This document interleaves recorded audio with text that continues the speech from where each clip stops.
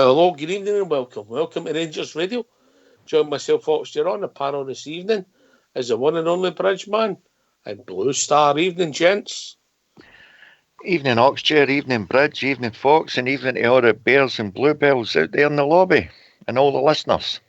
Oh, Bluebells, I like that. Bridge, how are you, Bridge?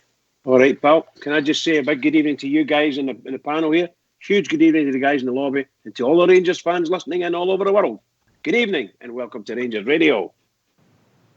I'm doing well. Star, how are you feeling, Blue Star, after the awards ceremony? You picked up yet?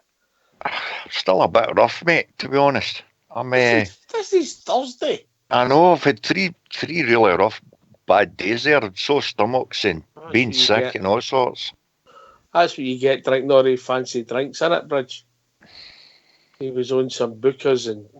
Some Bookers, he was not, was he? Oh, he was on that and then he was on the Jaeger bombs. I'm like, what are you on about, Blue Star? Sort yourself out then. Thinks he's a young'un. Aye, Apple Sellers. He was on a lot. Aye, if only. Yeah, you try to be your young'un again, Bluebear. Eh? Then he says, get me a snowball.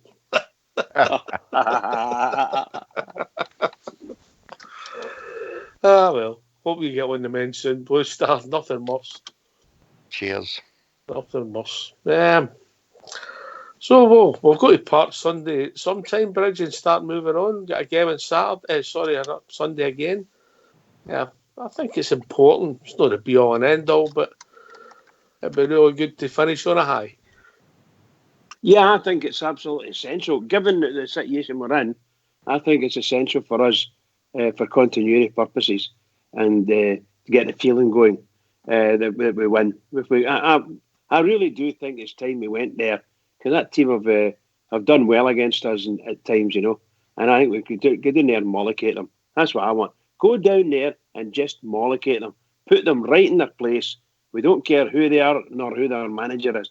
Just go down there, play with football, mollocate them, and get them a very good pumping. Look at that.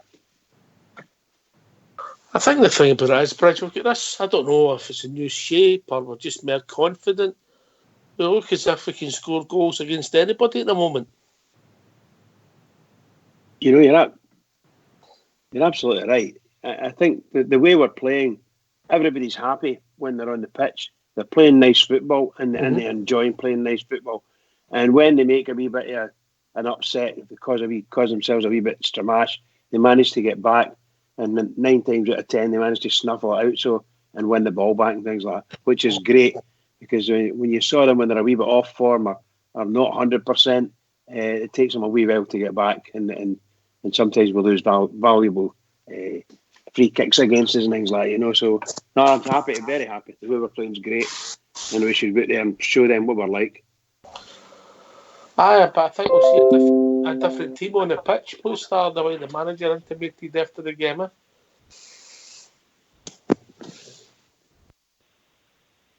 What's Blue Star? He was there. He's doing a bridge. Come on, no, Blue Star. He's lost his microphone. Yeah, I went on in mute there at Cell. The technical term is doing a bridge. You've got a caller on the phone, Knox. All right, I'll take a call. I think it might be Big Stevie. Evening, caller. All right, boys, how you doing? All right. That Mount? I was just there at see the Ryan Ken for 12 million. I want to get your opinion on that. All right.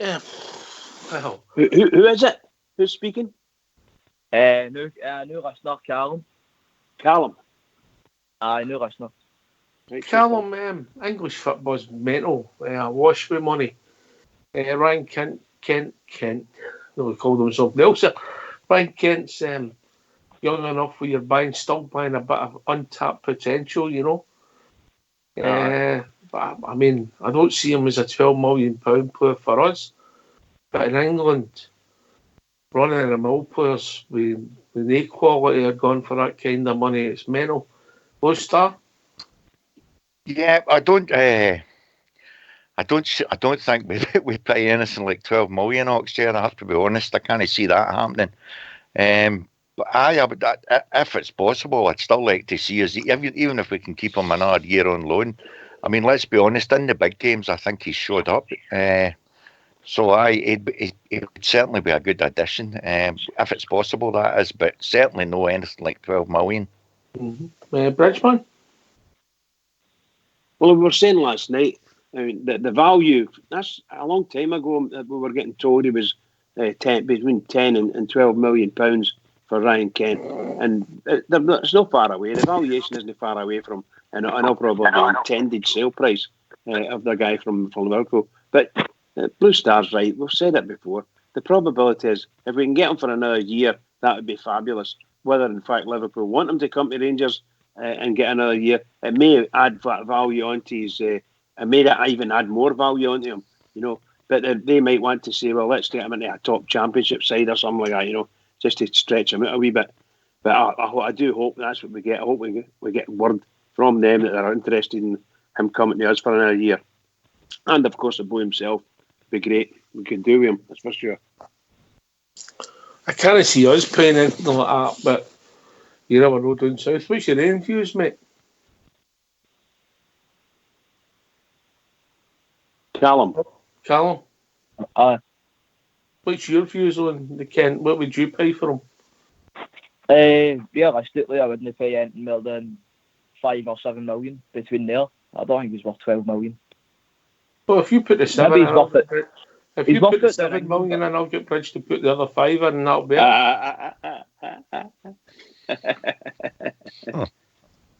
it. On you go, Callum. What's your thoughts?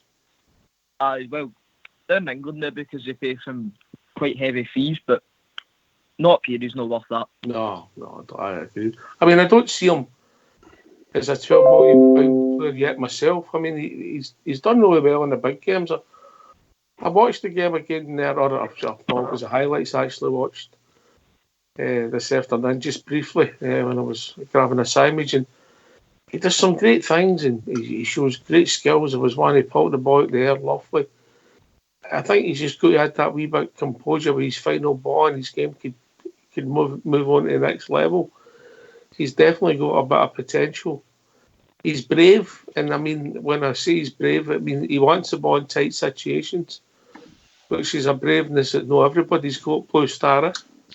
Yep, exactly like yourself. I said that, I think it was Monday night, when I watched it back, exact same. There was a few things I hadn't seen during the game, and when I watched the reruns, as you said, he was brave in certain situations. There was quite a few times where you seen him getting elbowed and he carried on getting the ball. The only thing I would maybe say against him is a lot of the times his final ball is very, very misplaced, and you could certainly do with him doing a bit more shooting. But what you've got to give him credit for, he certainly takes a lot of players with him, because at all times they were terrified for him. They had 3 and 4 players running him at near enough every time he was on the ball. So that frees up space for other players. But I've been impressed with him in the big games, certainly. I mean, the 3 games he played against them, the last 3 games, let's be honest, he had great games against them. So I certainly wouldn't knock him back. If we can get him at all, he's certainly a great addition for us. There's no doubt about that. All right. Folks, one of the boys in the lobby here, King Jer's asking, is the £12 million valuation that we've just heard about recently, is that the official Liverpool valuation on him, or is it just paper talk? No, that's bridge dollars. Bridge dollars, right? Okay. Callum, just while we've got you on, tell us a wee bit how you think the season's went. Are you pleased? Are you still on the Steven Gerrard train? Well, obviously I'll still trust Gerrard, but it's been a good season. It's been an improvement for last year as well, definitely, but kind of hoping for some silverware as well. You sound very young, just like myself. Wait, if you don't mind me asking.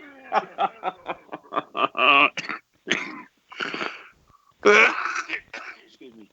He's no answering that one, Bridge. 72. Age here, pal. 72. That's me. I was just like saying 1,690 then. That'll do, son. That's the same age as Bridge as well. A good one. That's quite a good one, that. That's That'll be days, of course. That was Fox on Sunday. He was 16 for the back and 90 for the front. No, it's just to see your perspective on things. We're all similar ages and we see it similar. So I was just wondering, if you being a wee bit younger, seeing it different for us. Who's pleased you this season? Ryan Jack. Right, consistent. Consistent, aye. Aye. Only a few games he's went off the boil a wee bit, but he has been quite consistent, aye. I wouldn't say he was a 9 every week, but he's 6.5, 7 when he's playing well. Aye. I get that. I understand where you're coming from, mate. And who would you? What positions would you sign? Say we've got 3 players to sign. What positions would you try to fill? Definitely a left back, a striker, and an attacking midfielder. All right, aye, fair enough. That's well, apart from a centre half, that's pretty much the same as you, Bridger. Yeah, I still reckon. I mean, what do you call him? Was talking about it last night. He was saying that he reckoned maybe 5, and we were all roughly around about the same. I reckon 4, but they need to be half decent quality. They need to be an improvement on what we've got, and I don't know if that would include the boy Greg Stewart. Whether I don't know whether he's actually going to sign for us or not. Let's hope he is, because it'll sort of reduce the costs. We have got quite a good quality in the squad, but as soon as you take young Ryan Kent out of there, the quality level will drop quite a bit. So I think we've got to watch that we don't. If Greg Stewart or the boy Jones can do a different job. Oh, yeah, absolutely. You know, Jones has played in the same position as Kent, and obviously you don't know, he might be more effective playing with a blue jersey. He might be worse, but only time will tell. Well, I'm hopeful. If people want to join us and give their thoughts, what's the number, Booster? It's 0141 356 1972. Where else can they join us, Bridge? You can join us at Skype at rangersradio.online, and Fox or Old School Blue will bring you in and look after you. Yep. We've been joined by a caller already. Evening, Rudy. Evening, Oxshire. Evening, Blue Star. Rudy. Evening, Woody. How you doing?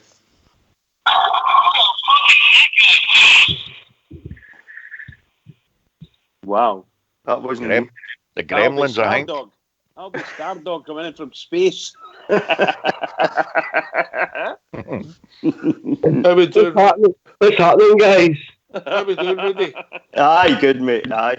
Just listening to your wee discussion about Ryan Kent there. You know how I feel about Ryan Kent, Ox. I've told you often enough. You know what I mean? 12 million way out our league. But is it no funny, though, with the Scottish press? If it's a player that we want, it's going to be out with their range. If it's one of your players we are talking about pricing and what we'd like to see from the undervalue him, you know, probably just a funny, you know. That's a very cynical statement, Rudy, but well, you know what I'm saying, Ox, don't you? But as far as Ryan Kent goes, if there's any way we can get the boy back next season, you know, whether it's we can afford to buy him or whether we bring him in another season loan, I would pull out all the stops to get him back because I think he's a real talent, you know, and I keep saying that.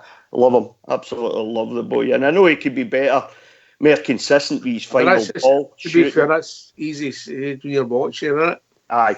Of course it is. And you've got to remember an Ox, he's a young player. This is his first season where he's felt really settled and he felt really at home. And he said that in all his interviews. He feels at home, he feels wanted here, feels loved here. And he is loved. You know, the majority of the Bears love him. It's a bit like you on here, mate. Hey, thank you very much. Thank you. Can I just say, before you go any further, come on now, what do you have for your dinner tonight now? Come on.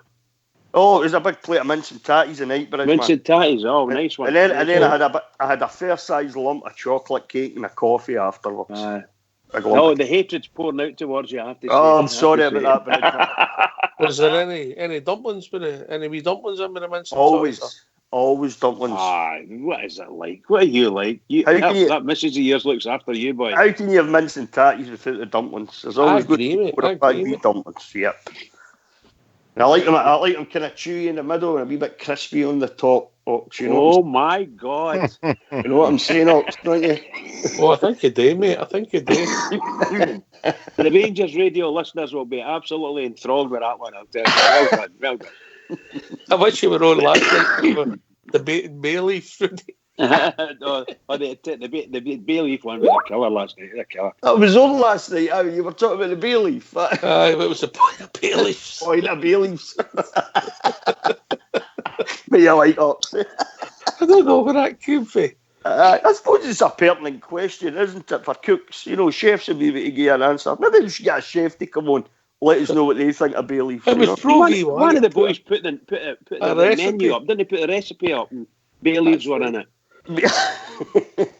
Ox says, "What do you think of the bay leaves?" I tried to explain to him that my first time I ever got anything with bay leaves in it, I was trying to eat the bay leaf. I thought it was one of the part of the veg, you know.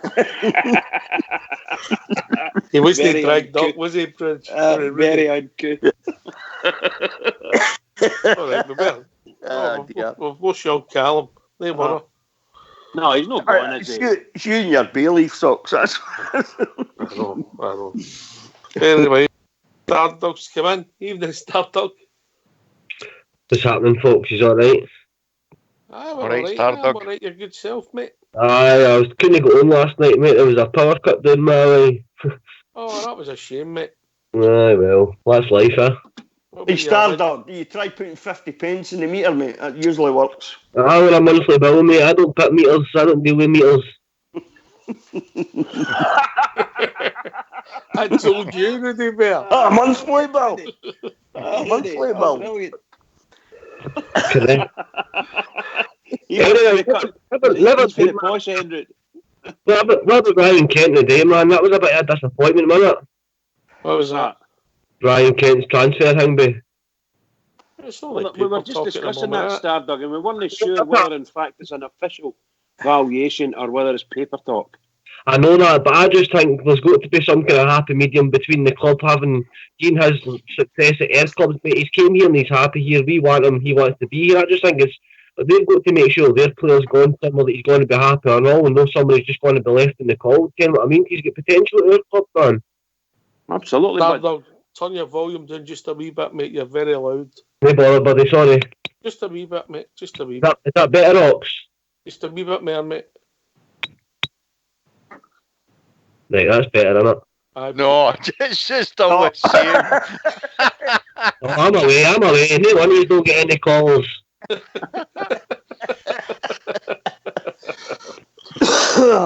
sound as if you're in an echo chamber, Stardog. Yeah. That's better, mate. That's better. Maybe I'm just shouting at the phone too much. Aye. Don't let them wind you up, mate. That blue star's shocking for Annie. You're not a gentleman. Shockers. Don't let them wind you up, he says. That blue star's just shocking for winding people up. I mean, I don't. Blue Star, Stardog, you have any problem with these Blue Star Bridgeman? You, Rudy, you just let me know, mate. Aye. Rudy's a bit of a handful, Stardog. Rudy's a bit of a handful. I heard you were on for the watching, Bridge. Me? Come on. Come on. I heard that you're the master manipulator. He's got you, Bridge. Master something. Aye. Blue Blood says in the lobby, don't be winding up that meter, Stardog.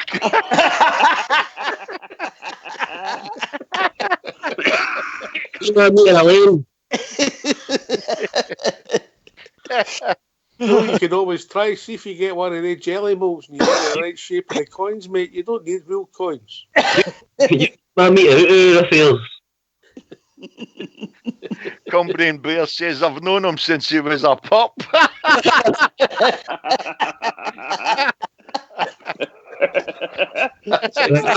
See you later, right? Brilliant.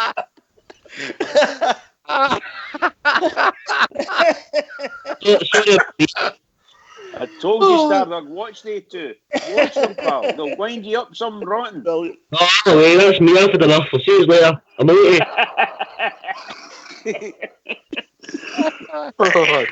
Oh dear. Where were we, Rudy? Where were we?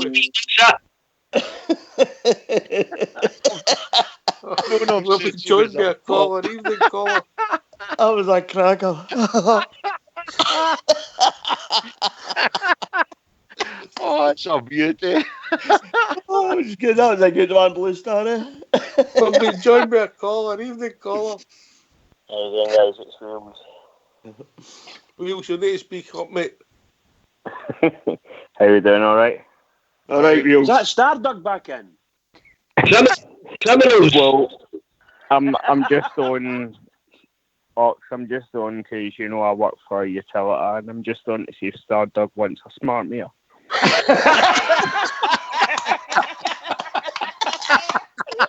Oh, Wheels, that's brilliant, by the way. Brilliant.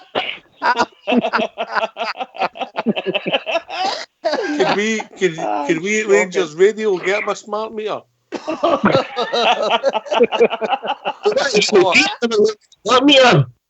Or Wheels, can I ask you, is there some kind of IQ test? See where you're starting, Bridge, man. See where you're starting. Is there any chance we can get a NOSA smart meter? Any chance you want to get to talk about the football tonight? Never mind the Stardust. He's a breaker. He's having a nightmare. Oh, brilliant. Run yourself, Stardug. Brilliant. I couldn't watch him, pal. You watch him. It's for radio gold, eh? Oh dear. Right, where are we? I couldn't resist. I'm sorry. I'll tell you what, Blue Star, this wasn't in the script. I still can't stop laughing, thinking I've known him since he was a pup.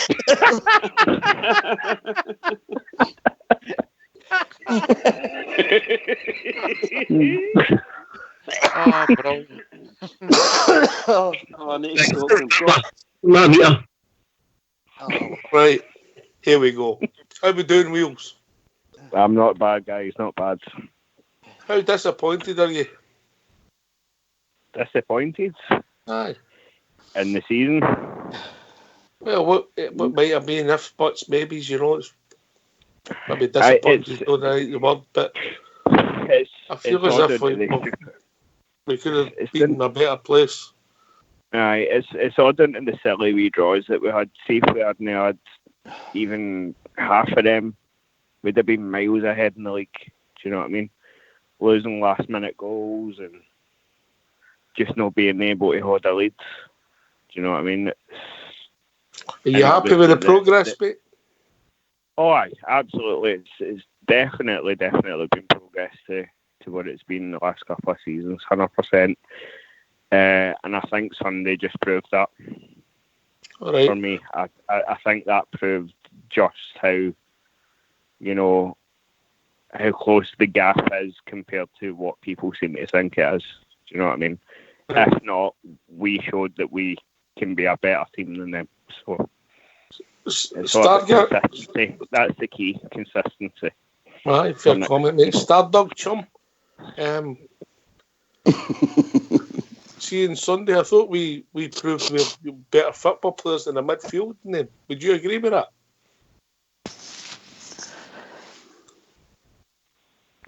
Oh. Sorry, mate. Sorry, I was away checking my meter.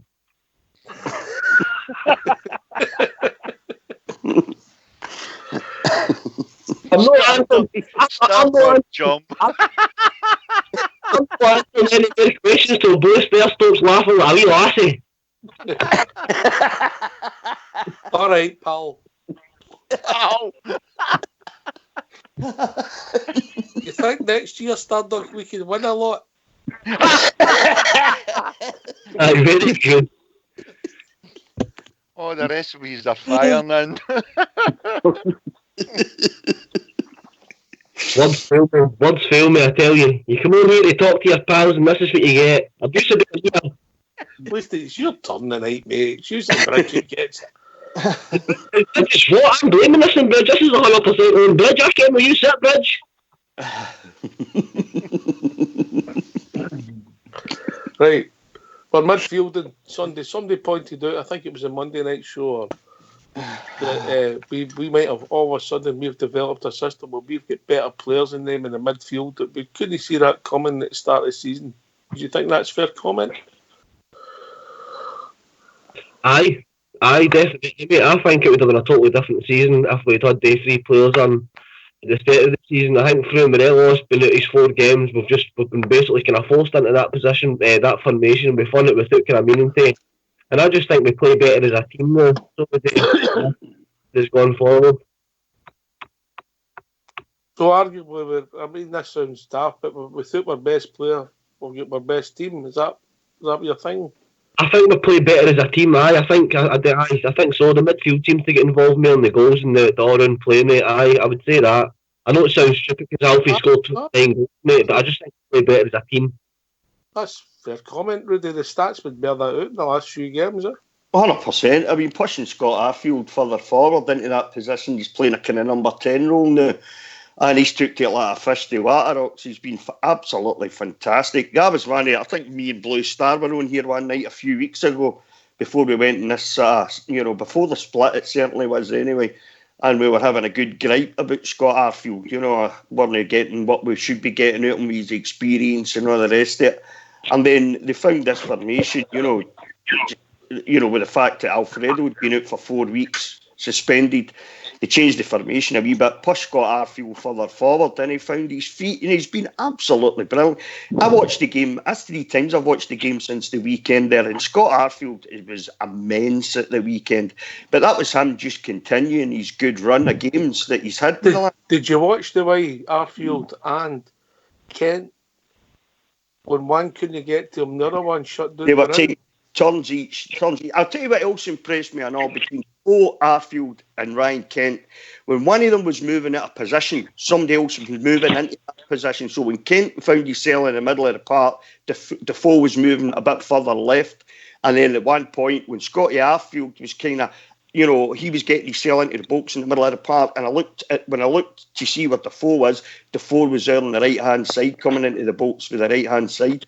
So they were kind of interchanging. But you're right what you say about Brown. They were taking shots each. They know fine well, if you mark Scott Brown, he's hopeless. And we saw that again at the weekend. We saw it on the 29th of December when Scotty Arfield gave him a hard time. We saw it at the Parkhead game. Aye, Parkhead game as well. You're right, Ox. I mean, but this is something we know about him. We know about Brown. We know he's not the greatest player in the country. No matter, there's better players in that Celtic team than him. There always has been. But it's the way the papers bum him up in this country. He's something special when he's no. And then Scotty Arfield and Ryan, they proved that when they come up again. And then you saw the boy Kamara against him at the weekend as well. He couldn't get anywhere near Glenn Kamara. Couldn't get near him. But I just thought Scott Arfield in the last 6 games has been fantastic. That's what we were expecting to get out of Scotty Arfield, and we're getting it out of him now. So we're just coming to the last part of the season, I think he's still trying to find Glenn Kamara. That's right. Here's one for you, mate. Sorry, Rudy. No, you go. Genk Dundee's relegation was confirmed when they gave us Kamara. Well, I think it was confirmed long before that, mate. I think that's the biggest regret they will ever have. They must be sitting. They just always looked a poor side, and what I've got to say was, everyone who noticed Kamara in that done us a great service. Didn't they have? Yep. Was I certainly never noticed him playing with Dundee. I've said that a million times. I honestly didn't. At all. Absolute guys, one at a time. Sorry, boys. On you go, Bridge. I was going to say, I think what Wales is saying is a lot more truth than we realise. I think that the 50 grand that they got off us for that boy has managed to stave off. I would imagine they were very close to administration as well. Very, very poor. No crowds coming in at all, It was just pretty poor for them. So I reckon that 50 grand's put a big, shall we say, a big stash into their bank account to stave off good proper regular relegation, along with administration possibly with the relegation as well. Still working on a new stadium, Bridge. Sorry? I don't think they're close to admin. They're working on a new stadium with their American owners. No. Did they? No. There was a story the other day. I can't argue because I don't know. There was a story the other day, though, Ox, that the American owners, a big rumour that the American owners are ready to walk out. Absolutely. That's what I was saying. Yeah. I watched an interview with a guy, is it Fellams or John Wellams or something, the American guy of the day, and quite honestly, he was talking about he's willing to spend millions, and that they have bought ground for a new stadium. I watched it today. He's denied it, hasn't he? It's all paper talk, apparently, that he's ready to walk away, but he's denied it. He's denied it. Aye, Rudy. Yeah. Rudy, can I ask you something, mate? There you go, Wheels, yeah. This is one of the reasons I wanted to come on, because I really wanted to ask you this. Right, mate. How do you think, wait a minute. Wait till we get the appropriate music, Fox. No. How do you think your pal Clancy done on Sunday? Who? Oh, Clancy. That pal Clancy. You know, actually, that's probably the first time I've actually watched Clancy in action, especially refereeing one of your games, and I thought he had a half-decent game, Gary. I mean, he missed the Flanagan thing. Well, he didn't actually miss it. He thought it was a yellow card. You know, SFA and their compliance officer decided differently. Clancy thought it was a yellow card, and it should have been left at that. All in all, I think he had a pretty good game. Aye. And I don't often say that about Clancy, because you know what I feel about him. That's exactly the reason I wanted to ask. I think he had a pretty good game. I think he got mostly everything right, Gary. I think he's done a decent job. Aye. Yeah. Can't have a complaint much about him, really. Well, for the second goal, guys, the linesman put his flag up, and he was about to blow to give Kamara a foul, and thankfully he didn't. He let the move carry on. So he quite easily could have pulled that back, and he done that a few times. He was letting fouls go, and then he booked him afterwards. He was trying to let the game flow. Yep. You know. Is that the one with the dummy? Yeah. Best move of the game. Fabulous move. Best move of the game. Best move of the season. For me, yeah. Defoe, absolutely fabulous. Absolutely fabulous. Let the ball run right through him. Magic. Sorry, pal. Bridge, how was your holiday, mate? I had a fabulous time, Wheels. Thank you very much. Excellent. Fabulous time. I'm just starting to recover now, as you know. Well, we'll start off with just giving Paige for next year's holiday next week, bro. Maybe we'll get to go next time, Rudy. If we can get him on, aye. Sorry, Wheels. I'll get you to the front of the airport queue. It's fine. Wheels. Good man. Stardog, are you coming in tour ways? No, he's trying to figure out how to work his smart meter. Oxchair, what I did notice watching it a couple of times again for Sunday's game was they couldn't get to grips with our midfield at all, because 2 or 3 times they actually changed their formation during the game, and they still couldn't get a grip of our midfield. So that's all credited to the 3 and 4 boys we had in there. They were moving about all the time, you know. They couldn't see. Brown don't know what to play up against anybody, will he? No. Of course, because they'll just run away from him. So he's not going to go close to Stephen Davis, because he knows Stephen Davis. So he starts going deeper. Yeah. You know. So I mean, there was one that Stephen Davis pulled out the sky in the halfway line. I don't think I've ever seen that in an Old Firm game with that much time. Yeah. Yeah, and then the thing you noticed with Kent and Kamara, the amount of times that they were chasing after any of their players, and whenever they did get the ball, they shut them down straight away. And with 3 and 4 in a triangle doing that virtually the whole game, as soon as one missed the ball, the other 2 were flying in. So that was great to see. That showed the commitment was there for the whole 90 minutes. And we kept running, as I said the other night, right to the very end of the game. And that's only benefit to our management team, getting them to play like that. I 2-0 flattered them, Blue Star. Of course it did. You know. And so did 1-0 in December as well, though. So, I mean, so did the Stola one. The Stola one. The minimum we should have got at Parkhead was a draw. At minimum, yeah, 100%. The news tonight, and Scottish news anyway, I don't remember watching it. It was a long press conference for the wee Lurgan Bigot. And when he was talking about the game and the league, he's saying they'd won the league by a long way. And even although the guys were asking him how tight he felt it, no, not at all. We'd won it a long time. So He came across and snide by saying out of the 12, 14 titles, he'd been involved in 10 of them, either as a player or as a manager. But he forgets 8 and 9 of them, Rangers weren't even in it. You know what I mean? So he omitted to say that. But what I did notice tonight, Ox, both on TV and on radio stations, it was actually mentioned about the paedophile thing, and it was mentioned for an MSP bringing up the fact that Celtic now need to commit and pay these people out, which was good to see because they've been ignoring it the whole time. Know that Celtic's come out right enough, but at least there was MSPs mentioning it on the media for once, and it was getting played when it's been getting kept quiet, as we all know. Well, you need to remember they're a separate entity, apparently. So, Aye, they're that much a separate entity, Gary. Tied boys off to keep quiet, didn't they? That's a separate entity there. Exactly. Now, boys, you know what you've got to do. Any decent lawyer, when gets that into court, will rip them apart with the fact that they made the payouts to the kids in America. You know what you've got to do, Rudy? Follow the money, Ox. Follow the money. Follow the money. Yep. Are you back? Where's Stardog? I was waiting the last time he shouted at me, but somebody spoke before me, so I just waited patiently again. You're actually quite a nice guy, aren't you? I'm a polite. There's a very nice guy. Polite man. What's your view overall on the season, mate? Are you pleased about how we just scored out of 10?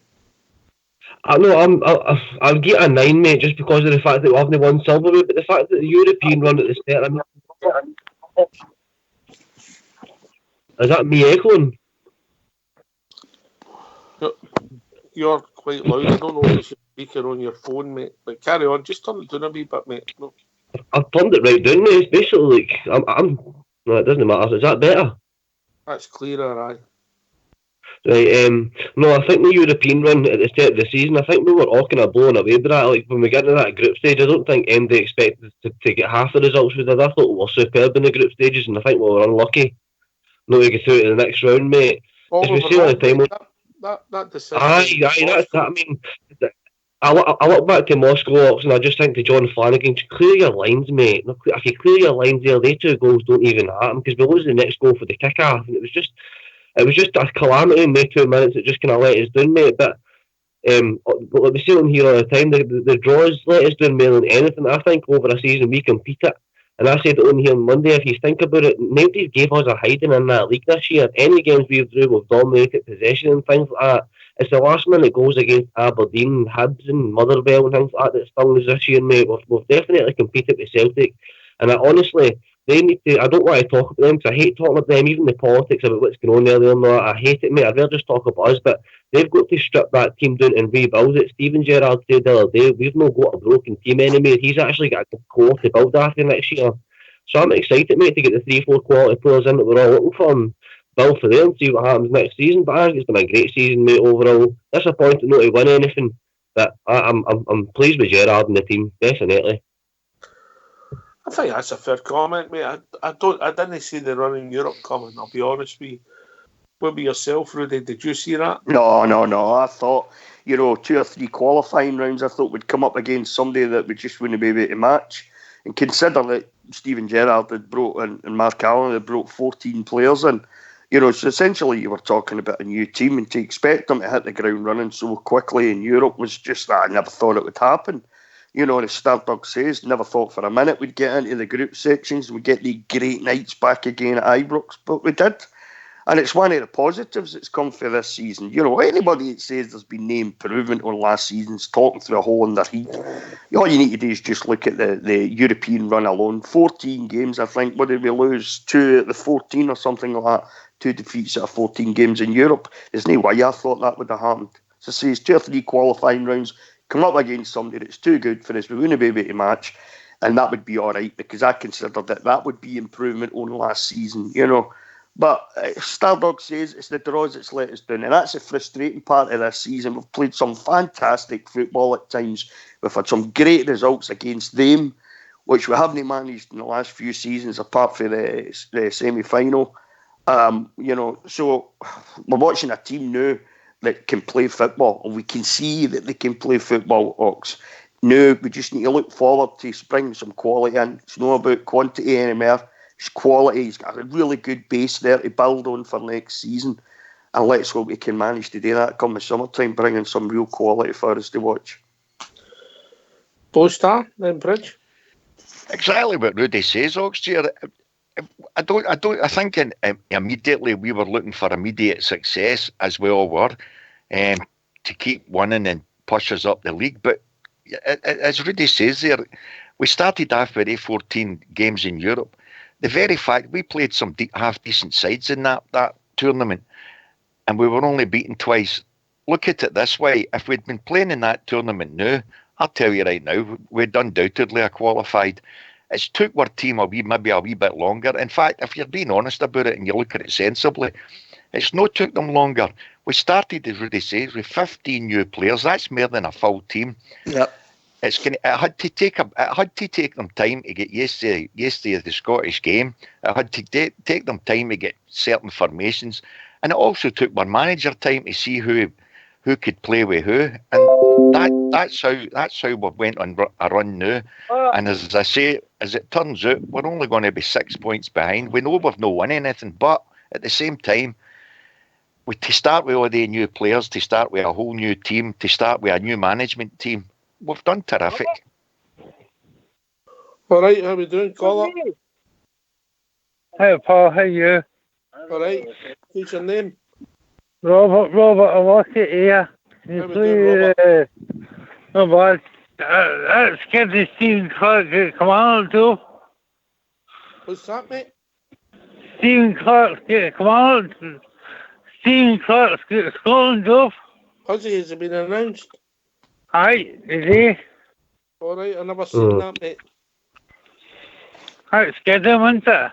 Well, aye. Can you play a song for the boys here? What do you want? What song do you want? Valley Boys. We'll see if we can get that one, Robert. All right? If not, with something similar. Good choice, Robert. Fall easy. Cheers, Robert. Have a good night. You too, mate. Take it easy. Bye-bye. Cheers, Robert. Yeah. He likes these tunes, does he, Robert? Oh, he does. They wanted the old bangers and mash last night, didn't they? Marching through Georgia tonight. Yeah. I like that one, Oxford. I like that one. What's that? As we go through marching through Georgia. Where were we? You were we're just talking about how we played this season. Oops. You go on mute. I was going to say. Can you go on mute, mate?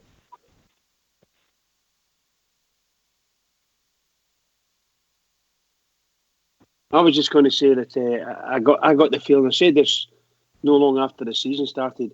I feel as if we're a week, 2 weeks, or 3 weeks behind, you know, and we've probably been doing that catch up all the way through the season. When you think about it, in the early stages of the European campaign, that Koulibaly was dynamite for us, you know, and now you see him, and he can't even get off the bench, you know, if he even makes it to the bench. And I thought he would have been a great player for us. And young Ross McCormack started to start, and so on and so forth. And now the team, as it's developed to where it is now, the quality of football that we're playing is absolutely, to me, just absolutely stunning. And the way we played against them in Sunday, there, really and truly, just first class. So if we could have had this type of form, even when we, at the change of year, you know, after the break, if we could have had a wee bit of form behind us like we've got now, we wouldn't have had the problems that we've got. We would have match them all the way, game for game. I'm quite sure of it. However, that's where we are, and hopefully we go and we win it in the last game of the season and keep it at least to 6 points difference. That'll be really good for our morale for sure. We slip of the tongue there, Bridgeman. Ross McCormack. McCrory, sorry. McCrory, I mean, you know what I mean? Somebody put I was McCormack thinking on that the as lobby well. earlier on. That's McCrory. But even him, I thought he was fabulous. He had a fantastic game. A couple of games, he was just outstanding for us. And, you know, the way the manager's bringing everybody through and giving them the time, some of the guys that we thought were going to be stars for us are just no there. I'm not going to say no there. They're in the squad. But my goodness gracious, wow. I think you're seeing the best. I think you're seeing the best now, Bridge, of Stephen Davis and Jermaine Fonus. And I mean, I was really pleased that they'd come in January. But in fairness to the boys, they hadn't played much football up to that point, Bridge, so it took them a while to get into the swing of it. But you're seeing now the quality of the two boys, certainly in the last 6 games especially. You know, you could almost say each game Stephen Davis has been man of the match. Jermaine Defoe hasn't been far away for that either. He's been scoring goals, he's been dragging defenders all over the place with his movement up front. Wonderful. They've been fantastic, haven't they? You know, Rudy, he's like a shadow. The Defoe guy, isn't he? He's like a shadow. He just moves in among them as if they're not there. You know. Yeah. It's just fabulous. And that when I've looked at that clash with him and Simonovic, and I can't understand how whomever it is, because apparently that went to this panel as well, and they never saw any damage at all. Shocking. They never saw him. Shocking. And I can't believe it. I just can't believe it. It's not about the damage, it's about the intent, mate. Yeah. Yeah, I know. I'm saying that they can't see what the guy did. No enough clarity. Blah blah blah blah blah. Just utter rubbish. If that had been any of our players, if that had been a blue jersey the opposite way, they'd have got done. They get done. Bridgeman, you're right. Ox. Yes, mate. Can I come in just on the season again, mate? I think the breaks, I know we can't help the breaks and they were there and they were what they were, but I think they had a big say in all season, because I think they taken a lot of momentum out all season. Both breaks, I think. I think we were coming on to a high before both breaks, and I just think that the January break especially, I think that killed a lot of momentum out of our team, mate, and I think it taken us a couple of weeks to get started again. I know we can't help that and avoid it, but I just think that had a big say in the season as well. I just think momentum's a big thing. It's good to continue it on, and that's what Gerard's saying again about this season, Ken. I wish there was another 5-6 games left, mate, but obviously it's not to be, but I think that had a big say in it, that January break for me. I don't know what you guys think of that, but that's just an opinion of mine. It's a good point you make, Starberg. They went away in January there, you know, for the winter shutdown and got some sun on their backs in Spain. Maybe, I don't know, maybe they trained them too hard, maybe they pushed them too hard. I don't know what the story was, but then they came back. I thought the performance against Kelly when they came back was pretty mediocre, to be honest, now, you know, and they beat us, and I was really surprised about that, because, you know, with their performance against the Dart side in December, I thought they would have pushed on for there. That would have gave them bags of confidence, but it didn't seem to really, you know. So, yeah, you've got a good point. Both breaks that we had in the season, we were building up momentum and starting to string a couple of results together, and then, you know, we get to the break and it just seemed to deflate the team really when they came back again for some reason. So I don't know what the story was with that, but you've got a good point, like.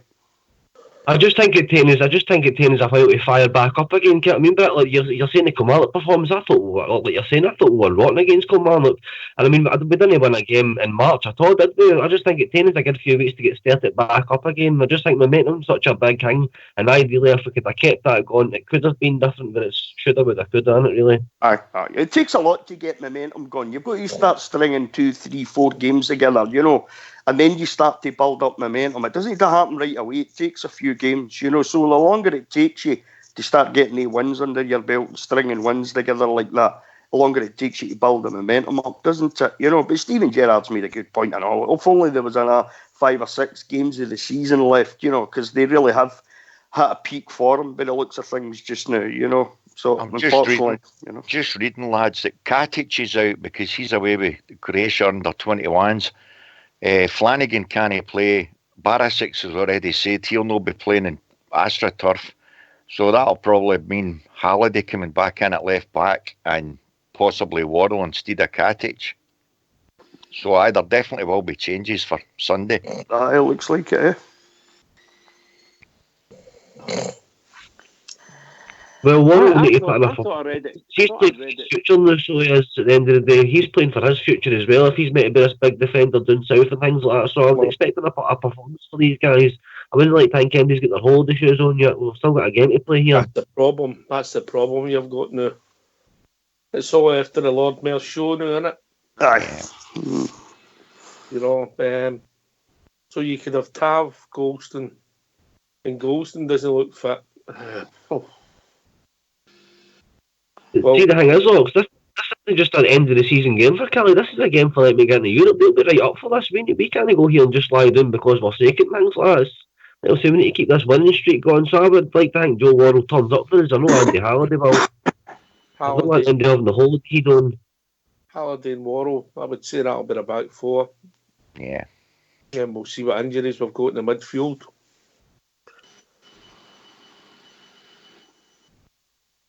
The manager intimated there was some knocks in the dressing room, but didn't he? He said that in his post-match. I think it was his post-match. He said there'd been a few knocks. We won't know. I've not seen anything yet, Ox, to be honest. I don't suppose we'll know much. They'll wait till near the weekend, really, won't they? To near it to Sunday before they make any proper decisions. But I'm no bothered. You know, I don't have any doubts about Andy Halliday or Joe Worrell, to be honest. I think both of these guys will be up for it. You know, they've had to sit on the bench for a wee bit now, especially Joe Worrell, you know. And Andy Halliday's acquitted himself well at left back. So I'm not that fussed about that. Worrell said to kill his heels a wee bit, right? So he'll be wanting to say, right, this is my last game here. Let's get on this part and get the 3 points. So, you know, I'm not that worried about that. It's more the midfield. You know, I'd like to see us continue with the midfield that we've played with in the last few games and performances that they've put in. I'd like to see that, as Stardog says, I'd like to see that momentum carry on, and I'd like to see the boys keep up with what they've done so far. I'd like to see them, you know, regardless of what happens between Kelly and Aberdeen, we need to just keep winning and take us into next season, you know. Absolutely. Definitely need to keep winning. I think Stardug was right when he said that Kilmarnock will be up for the game because there's a European spot to fight for, you know. So they're in for that. Who was it the other night was talking about if we get, it might have been Old Bear was saying, you know, if we drop it stops the Dons getting through, aye. Getting into Europe. Maybe that would be a wee bit of natural justice considering the corruption that went on at the end of last season, eh? Maybe. Well, it would only be the case, for instance, if Hearts won the Scottish Cup, of course, you know. Yeah, aye. That would be a good thing, wouldn't it? That would be a good thing. Because they did that to us last year. Stop us from getting second place. Aye.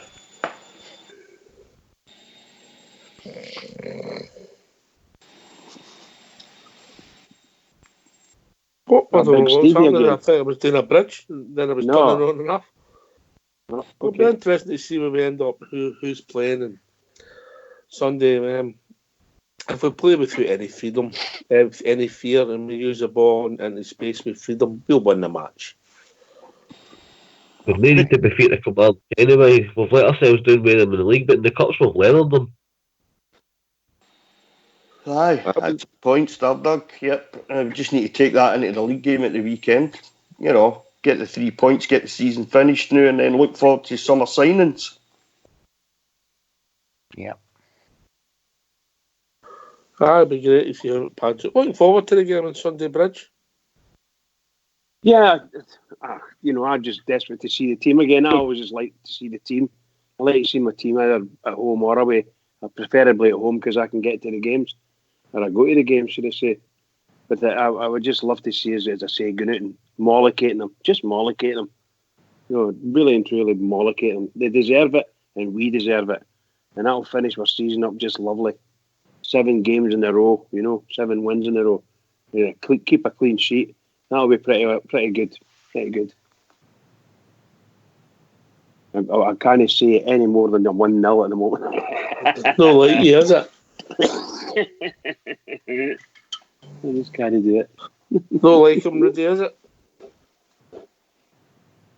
I'll tell you what, if we'd have got a 1-0 every game all the way to the end of the season, Bridgeman, I would have been delighted. Better believe it, pal. Every game. Yeah, that would have took that. But, I think, we've been at Ibrox watching them, and some of the games we played, we were very, very poor. We couldn't break down, we couldn't break through. Against St Johnstone, we just failed miserably to break through their massive defence. We did the same against Aberdeen, failed to break through properly at times, And if you look at the team that we've got now, and if we could transplant them back to it then, which is only a couple of months ago, we would have absolutely murdered them, So the thing is, that's what I was meaning about being sometimes 2 or 3 weeks out. If only we could get, that's hindsight's a great thing, isn't it? Yeah. But, I also think the worst performance of the season for me was Livingston away, Bridge. That was a dreadful performance when they beat us. Livingston and we dropped 3 points that day. I couldn't believe how bad we were that day. That should never have happened to us with a team with the kind of players that we had on our side that day. Well, I think that the Livingston game was just symptomatic of players in our team that hadn't known the weight of the jersey. And after 10 minutes against Livingston, they didn't know the weight of the jersey, and the weight was just dragging them right down. We were just woeful. Yeah. The St Johnstone game as well, guys, at Ibrox. We couldn't even pass 3 passes together. We were diabolical that day. That was the first big downer. That was terrible that day. I must admit, one of the... Sorry, Paul, sorry. That was the first one straight after the Christmas break, wasn't it? That's right, yeah. But before that, we were the Dundee, 10 men Dundee. Dundee, aye. Just unbelievable.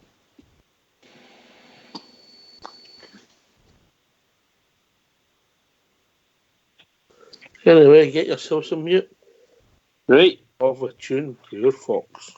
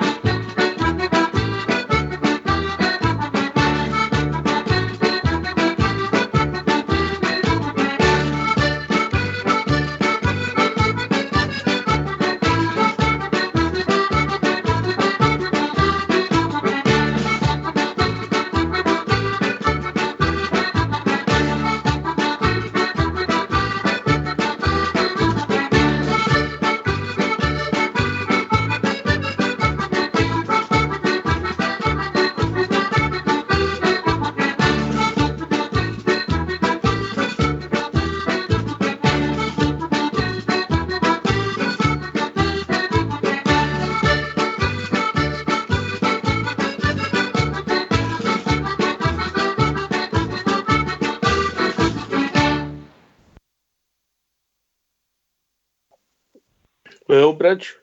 Oh, I loved it. Absolutely brilliant. And I seen it, Blue Stars dancing like a Gudgeon. Dancing like a Gudgeon, I'll tell you. Some really good dances going on in there, boys. Some really good stuff. Some regimental stuff too, let me tell you. Some Highlanders Institute stuff. Certainly was. It was the old folk tunes there. There you go, boy. I know. Brilliant. Loved it. In your head all day, Black Bridge. Aye. This continuous improvement people talk about Blue Star. Was that Ox? Football. This continual improvement they talk about, can you judge it in football? Well, I think you can, Ox. As I say, if you look at some of the performances we were talking about, let's be honest, the St Johnstone game, the Livingston game, the Dundee game, it didn't even look remotely like anything like the same players that were going out 2 and 3 weeks later. And I mean, it was two totally different teams, let's be honest. It was the same players, but the formations were the same, but it was as if they had just switched staff. They couldn't pass 2 or 3 passes together. So you can definitely judge it. You can definitely see the improvement. But again, we talk about that word consistency. Was it consistency? Was it because it was a bit of a coincidence for me that twice it happened blatantly, 2 and 3 games in the trot, and it was straight after we had the month's breaks. So whether it was something to do with the training or whether the players themselves just switched staff, who knows? I don't think we'll get to the bottom of that. That's what I think. I said the other night, guys, I think we've evolved over a season. I think what you've just said there, mate, shows great credit to what Kamara and Davis have actually done, because I think they're the two quality midfielders that we need to pick up the ball in hard positions and play it forward and things like that. I don't think we had that earlier on in the season in that Livingston game, the Motherwell game we're talking about. And that's for Aberdeen. We simply just let our guard down against them. The one up at Pittodrie, the first game of the season, they scored a last minute goal. And then the game at Ibrox, they scored in the first 3 minutes and then just shut up the shop. So they did, but I just don't think we had the quality in the first bit of the season. And I think it shows great credit to Kamara and Davis Faye have come in, because we've got quality now, and I said it the other night, we've got quality to go through the middle now and break teams down.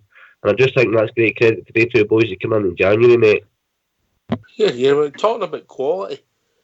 We'll be joined by Allbear. Evening, Allbear. Yeah, troops, how you all doing? Evening, Allbear. Evening, Allbear. We're having a how you doing, guys? Hard dunk.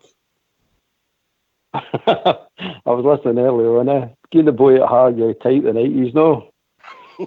Aye, they did Allbear. They terrorised me tonight, mate. Shocking. Good training for you, pal. Good training for you. You'll come back stronger. Aye, don't even have a smart meter to. There's one in the post. You failed the test. Don't you listen to them, Stardog? You're a star on here, pal. Don't you listen to them? Sort that out for him, Wheels, when you get the chance, will you? Rudy, you're loving it the same as me. He's still carrying you up it was a pop. Oh, that was just utter class, that one. That was great. On you go, Allbear. What's on your mind? I just want to talk about the Sunday's game, if that's all right. Aye, carry on, mate. My bench, I'll start with my bench. I'll give you my team for Sunday, but I'll start with my bench. Right, my bench would be Tav, Defoe, Davis, Kent, and Arfield. They'd be on my bench on Sunday. My team would be Fotheringham, Poulsen, Golson, Worrell, Halliday, Kelly, Jack, Kamara, Morales, Middleton, and Candyman. Interesting. Thoughts? The reason I picked that team before you just shoot me down, the reason I picked that team, this is a free game for us. And we need to find out if these fringe players can actually play in the system we're playing at the moment. I want to see boys can actually fill in for Davis and fill in for Defoe. You know what I mean? So that's why I'd use this game. Forget about Aberdeen's and all that, mob and 6 points and all that. League's done. It's finished. Let's go over it. Now we start with this game for next season and start looking at these boys to say, can you play this system? Can you play the type of football we played for the last 5-6 games there? That's what I want to find out. I'm not interested in Kilmarnock and their parties and Aberdeen and their third and fourth place and all that nonsense. I'm interested in the Rangers. Can I just cut in there to tell you? Can I just ask you to repeat that, Albert, please? Can you repeat your team? Foderingham, Paulson, Goldson, Worrell, Halliday, Kamara, Jack, Kelly, Morales, Middleton, and Candyman. Cool. Ox, can I just say, Kinger's put in the lobby that it's been notified in Rangers that it says 4 of our pre-season friendlies at Ibrox is against Oxford, Derby, Marseille and Blackburn. That's no news. It's been Oxford's Sunday, the 6th or 7th of July. That's the first one, mate. Aye, I'd heard about Oxford and Derby. I didn't hear about Marseille and Blackburn, mate. Obviously, Derby could be in the Premier League by then. Yeah. Could be. Yeah. They're certainly looking like it. They were good tonight. Good tonight. And Marseille, did we not play them a couple of seasons ago? 2 seasons ago, we did, aye. Yeah. That's still brilliant. That's still absolutely brilliant. I'm really happy with that. Well, Lampard will be desperate to bring his team up if he get in because he's Rangers daft, isn't he? Aye. Well, it has been in the past. Yeah. Aye, I mean, Jenner's got a plan how he does it, you know. There's somebody that we should beat, obviously, that's Oxford, League One in England, and then you build up. Stepping it up, yeah. Aye, that looks good. The 4 teams would be good at Ibrox. It's all about getting pre-season and getting the games into their legs, isn't it? Aye. So as you say, stepping it up to European level. Aye, and also using the European games as well when you can, depending on the luck of the draw. Yeah. Well, I'm looking forward to that. You know, can I just say, Oxdear, I heard today, I think I saw it on the Follow, that apparently somebody was up at the ticket office today and they were saying that there was over 35,000 season tickets renewed up to now. That's what I've heard. I was hearing. Don't know if anybody's heard anything else.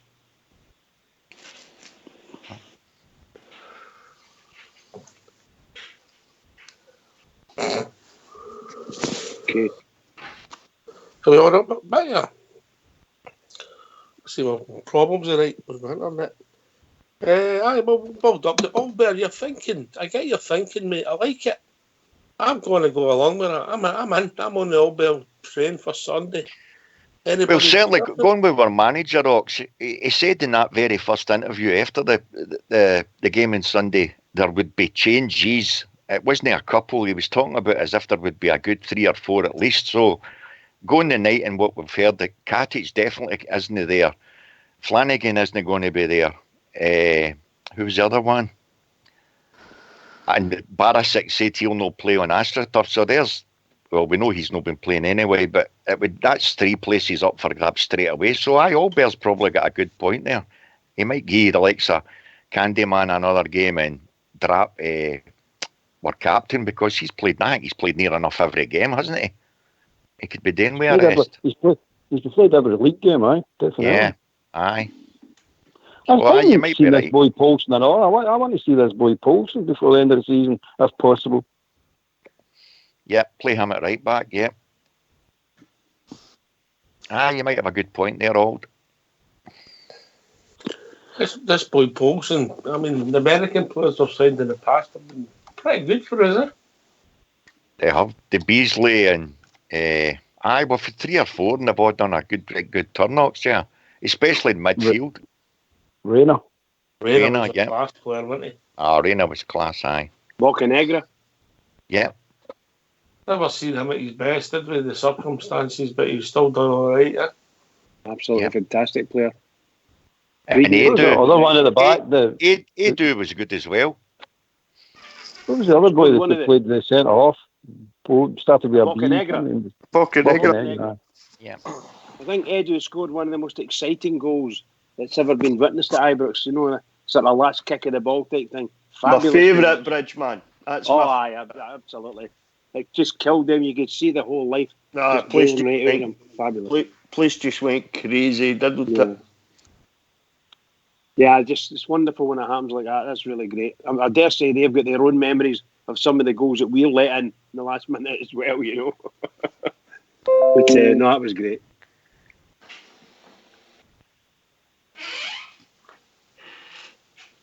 Oh, who's coming in?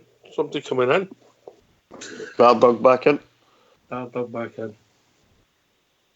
Yeah, I'm in the Albert camp, as I said, Rudy. Have you got any thoughts? Aye, pretty much the same as Albert. I don't see why not. It's the last game of the season. There's no much left. There's nothing left to play for now. Second place has been confirmed, so I don't see why not. I chuck so many boys in there. I definitely like to see the American. Apparently, he can play midfield or right back. So, whatever position Steven Gerrard decides to put him in, I'd like to see him. As far as up front goes, I think you'll probably see Alfie back again at the weekend. Alfredo will be back in again. But I think maybe give one or two of the boys a run out. It's not a critical game or anything. But give one or two of the boys a run out. Steven Gerrard will probably want to do that anyway, because he'll want to he's still thinking, he'll be thinking about who's going to let go come the summer. Boys he thinks that are up for it. They had that bounce match against the Liverpool under-23s, and my mate was telling me apparently he was livid. My mate works at Ibrox. He was telling me he was livid at half time because they were 4-0 down. Guys, did that game go ahead the other day against One Chelsea? each, wasn't it? One each against Chelsea. I never heard or read anything about it. It was one each. Yeah, one each, was it? So I think that's a good shout for the old Berrox. I wouldn't have a problem with that at all. To play in the new system. I'm talking about, guys. Get them to play the new system. Yeah. It's like you say, he needs to see if they can play in that system. If he's going to go forward with that system next season, for most of the season, let's say, then he's going to have to know the likes of Middleton and I don't see Candace. I don't think Candace will be there all bear after the summer either, though. I think he'll be gone too. Mm-hmm. I think he'll be off. But it's a good I was putting the Candyman in to play in the Arfield position. But what I actually think is going to happen, who's going to cover him, is Docherty. I think Docherty will cover him. But he can't play in that game because he's still registered down by. So Middle to cover Kent and Morales to cover Defoe to see if he can play. Kelly to do the Davis job. Kamara and Jack as their normal jobs. Halliday and Poulsen to see if they can actually fit into it as well. No, I mean, so I think that's a better idea than just going down there to try and beat. It's a waste of time, no? I mean, just try to go down and beat them with 3 points. 3 points is 3 points. I know what we're all saying, but your goals are being achieved this year. It's time to go out and play now. It's time to experiment and see what we've actually got here. I'm going to bring in Fox. He might have some views on that. I'm in your camp. You've sold me, Albert. Fox, you with us, mate? No, I think we should play the strongest team that's available to us. A lot of boys have paid good money to get tickets for Kilmarnock and they expect to win down there. That's an excuse that the Tims were firing off after we beat them, that it didn't mean nothing. Winning games means everything to Rangers, and especially the fans, and they should send the strongest squad down there that we've got on the books. No experiment and go down there to win. Ox, Blue Horizons just put in the lobby that it's been confirmed. Nikola Katic has confirmed that he's left the club. He got an early holiday due to under-21 commitments, and Steven Gerrard gave him the go-ahead, so he's definitely away. He'll be there on Sunday. And fair play in the manager for doing that, because again, it was not going to influence where we finish in the league, and he's looking after the boys' future career. Of course he is. That's the right thing. Yeah. Big I think that's a great bit of management. So they sending him away early on a holiday. Sir Alex Ferguson was always famous for that. And I think that's a great bit of management. That'll give that boy confidence that Gerrard giving him that and letting him go with his country and things like that. I think that's a great bit of management for Stevie. Yeah.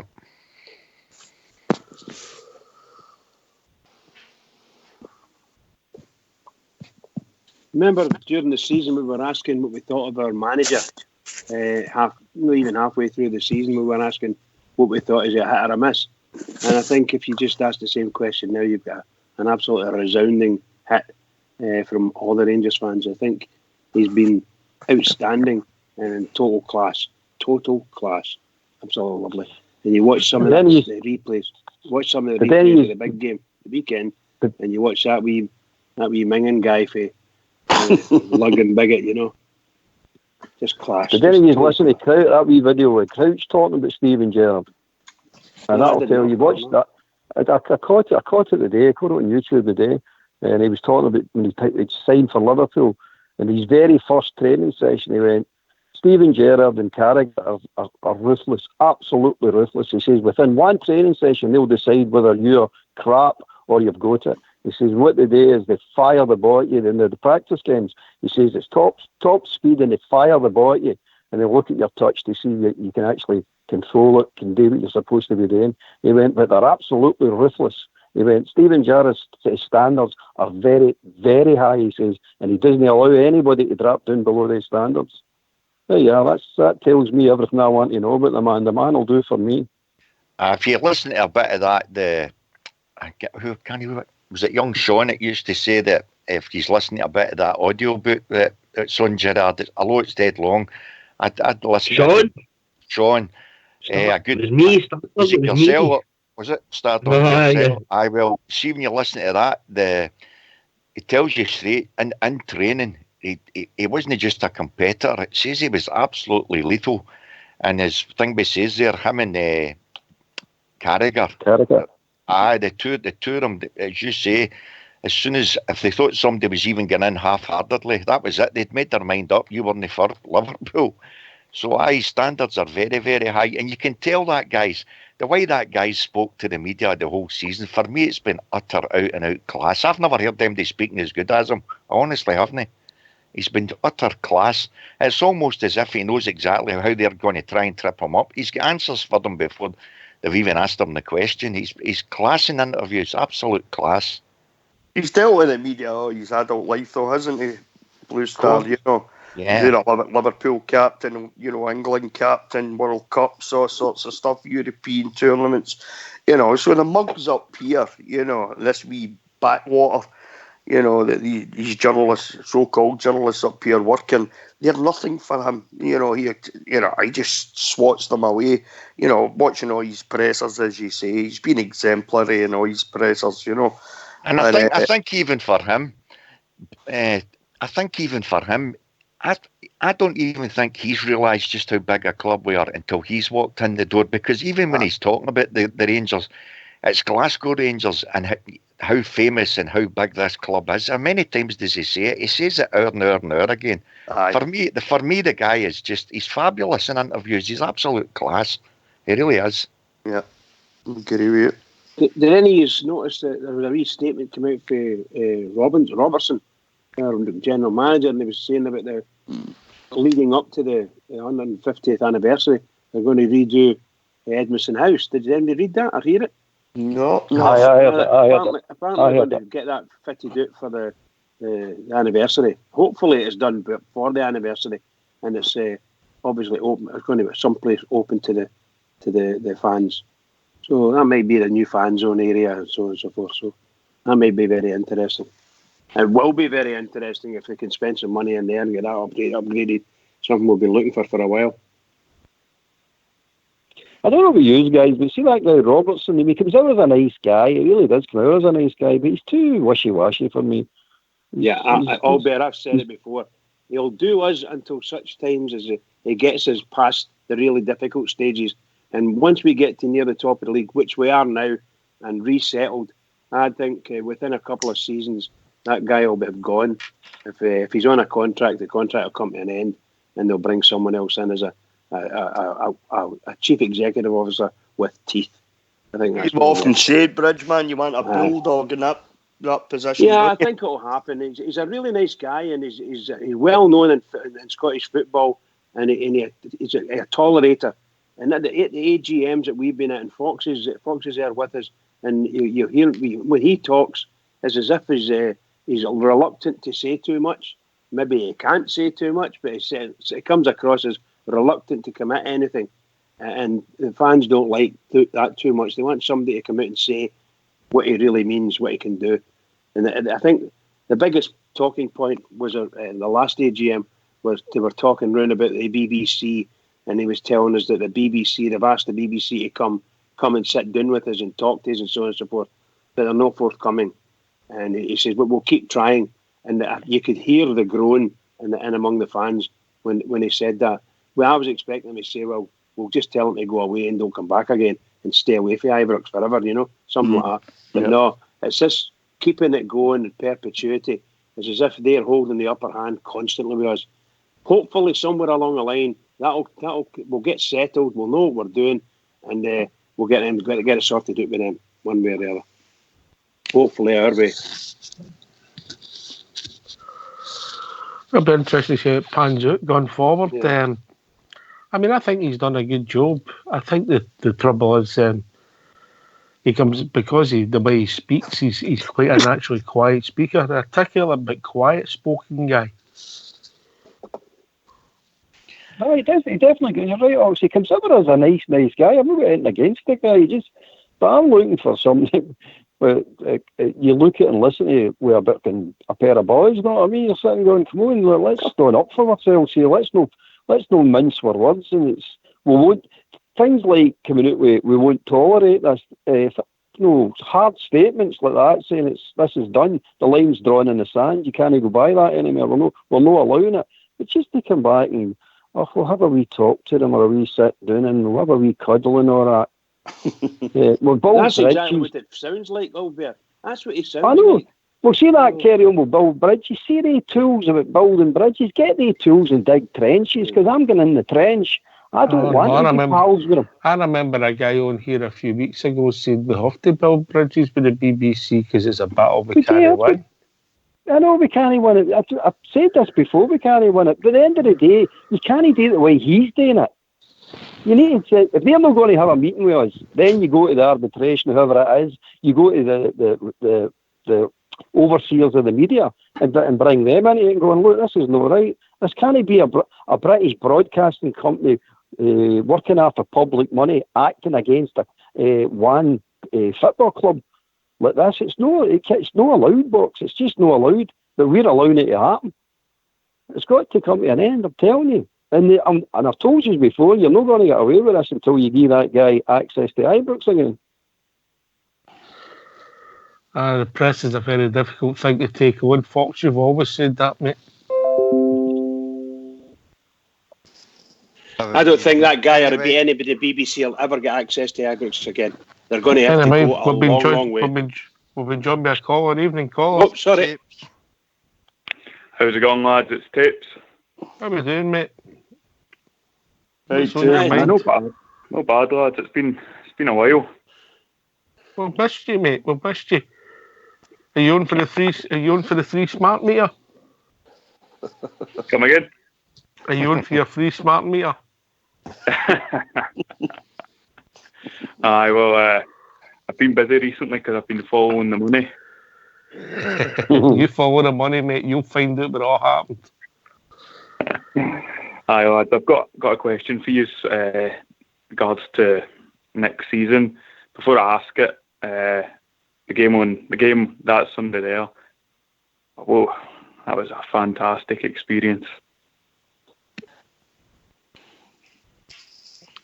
Aye, the fantastic result. The atmosphere was special, and the manager and the squad were excellent, mate. They take the method. See after the second goal went in, that stadium. The last time I can remember the stadium bouncing that way must have been. I don't know. I was young, but at the Champions League games we had against Porto and against Inter Milan Parma was like that, mate. Aye, honestly, I swear to God, after that second goal went on and the whole stadium was singing "No Surrender," the bounce was unbelievable. You could, if you stopped bouncing for a minute, the concrete was still moving up and down about an inch below your feet. It was amazing. It was, mate. It was. Thoroughly enjoyed it. But the question's this: next season, right? Mm-hmm. If we imagine Gerrard McAllister go with the same system, and they probably should, because the last 6 games has been the best football we've played under the stewardship. If we go with the same system, we're going to be starting 3 centre mids. If you're going to be starting 3 centre mids in a game, you're going to need 6 in the squad. He's already said he wants 2 players for every position. At the moment, on the books, we've got Davis, Kamara, Jack, Holt, Rossiter, Doherty, and Dorrans, who can all play, who are all centre mids. And let's take Arfield out of the equation because he's playing slightly forward. And so that leaves us with those 7 centre mids. Of those 7 centre mids, how many do you think will be at Ibrox when the summer transfer window shuts? Rudy Bear. Oh, it's a good question, isn't it? Well, for a start, I'd like to see Greg Doherty back next season tapes because I think he's done really well. I know it's League One, but he's done really well. He's went away. He's done what's been asked of him. Stephen Gerrard says, "Go down there, get some football. You're in my plans for the future." So he needs to come back up now, have a good pre-season, and hit the ground running if he's going to make an impression on that team.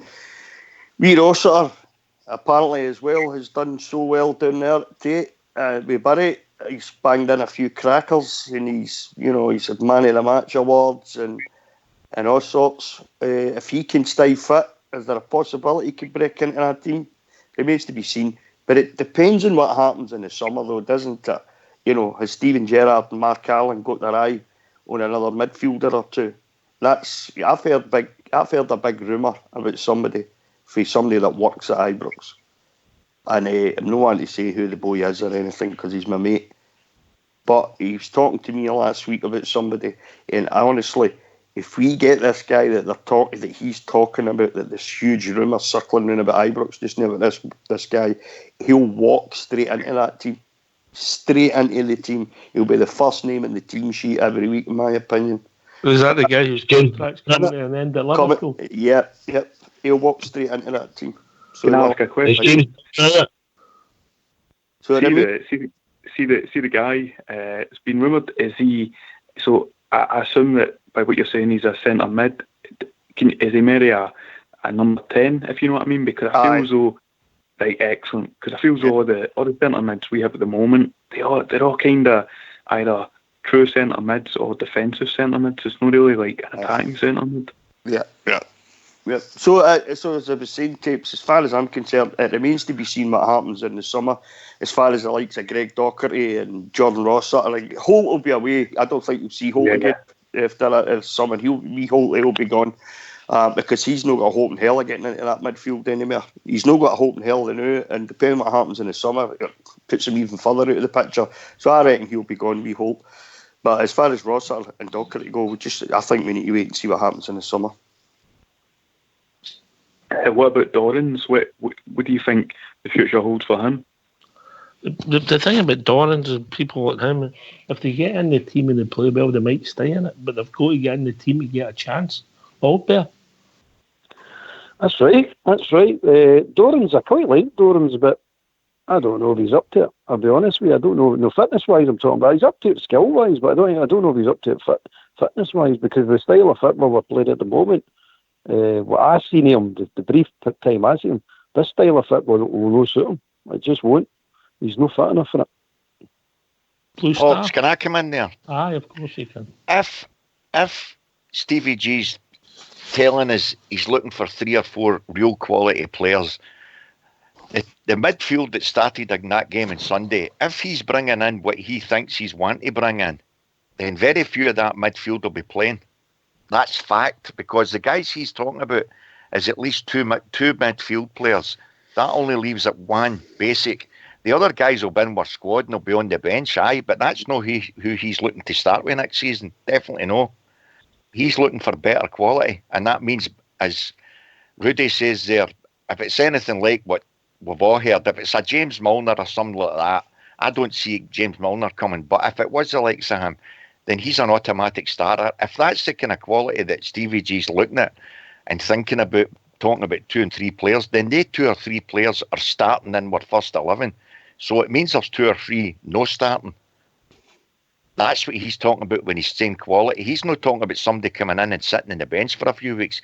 He's talking about automatic starters. So that means there's going to be players that are playing the new that we might think are good, but he's talking about drafting if he gets in what he's looking for. That's a hard thing. Quality bridge, isn't it? Okay, as indeed. You know, guys, I was just reading, I think just this morning, on the follow that Rossiter apparently has sprung back into life, and he's free of injury, and their managers sort of bragging about him, saying he's a fantastic player, and he will be for Rangers. I don't think he's got another year in his contract left, but yeah, I agree. Whatever quality we get, and I don't know if it's going to be Milner. I heard Sturridge's name mentioned, so even if those two come up, and I've got no idea if it will be those two, but if they did, well, are you bringing quality in or what? Dear. We're going to be flying. No storage. No No, I'm storage. saying that's the names. That's the names that I've heard. I've heard I Sturridge's hope name it's mentioned. no storage in for it. I hope it's no Humbridge. Why? He's a waste of time. He's a waste of space. Knackerman. Aye, well, isn't it? Right, I'll tell you 100%, mate, and if Blue Stars listen to that audiobook, he'll guarantee you and all, we're never getting Sturridge, mate. Gerrard had to convince that guy to play at Man United in an important league game, and he was faking an injury. Correct. Gerrard doesn't rate Sturridge, mate. He's no Gerrard's type of player. No getting Sturridge, I'm telling you that 100%, mate. Jamesy Milner, he's coming. I'm telling you that now. Daniel Sturridge, he's no Gerrard's type of player, mate, and Blue Star will agree with me. He had to force that guy to play against Man United because he was faking an injury. He wasn't up for the game. You're a Liverpool player and you have to be talked into playing against Man United, mate. There's something wrong with you. So he's no coming, mate. 100% not. No. Well said. So is that, are we saying then that based Rudy on... Bear, would the guy's initials be AA? No. Not the one I've heard, no. Not the one my mate mentioned. It wasn't Milner you were meaning in, Rudy? It was, aye. Rudy, is he English? Aye. All right. That'll do for me, mate. I'm fully in the money. Have you got there yet, Albert? No, yeah, I'm not fun it, but I'm looking. I'll not stop looking. Yeah. See, the Bury manager, he said that Rossiter's played, I think it was 17 games in a row, and he's won man of the match 10 of them. 10 times, yeah. Right. It's very positive, isn't it? Because he had a terrible time the last couple of years up here with Rangers. I hope he's got another year left, and I hope the manager's going to consider him and give him a new contract. That's what I hope. Guys, to be fair, players like that, sorry, that's not happening, guys. I'm telling you right now, Stevie G's looking for a minimum of two midfielders that are walking into that team. We're not talking about squad players here. We're talking about our midfielders getting drafted. That's what he's talking about.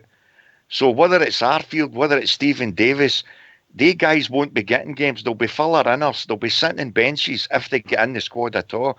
He's looking at bringing in two minimum midfielders as an automatic starters. That's the quality he's talking about. But it remains to be seen if he gets the money, that is what he's bringing in.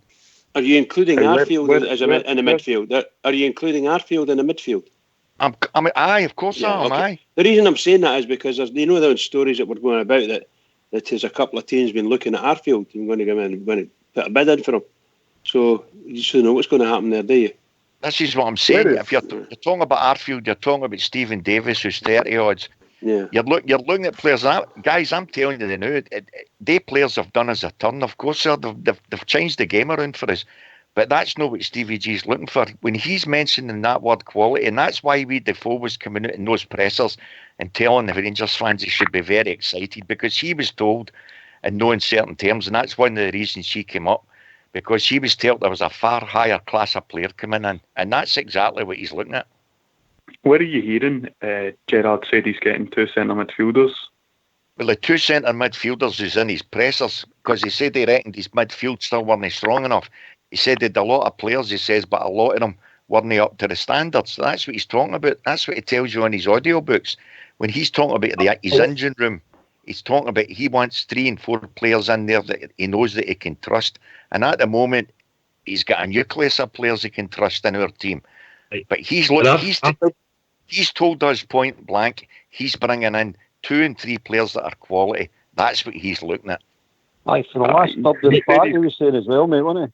Yeah, absolutely. That can also mean a striker or a centre half. But when he's talking about quality, he's talking about established players, no up and coming guys. He's talking about guys that have already done it, ones that he can trust.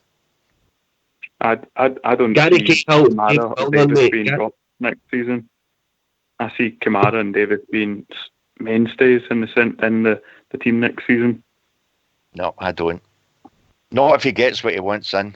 As I say, it's all down to money.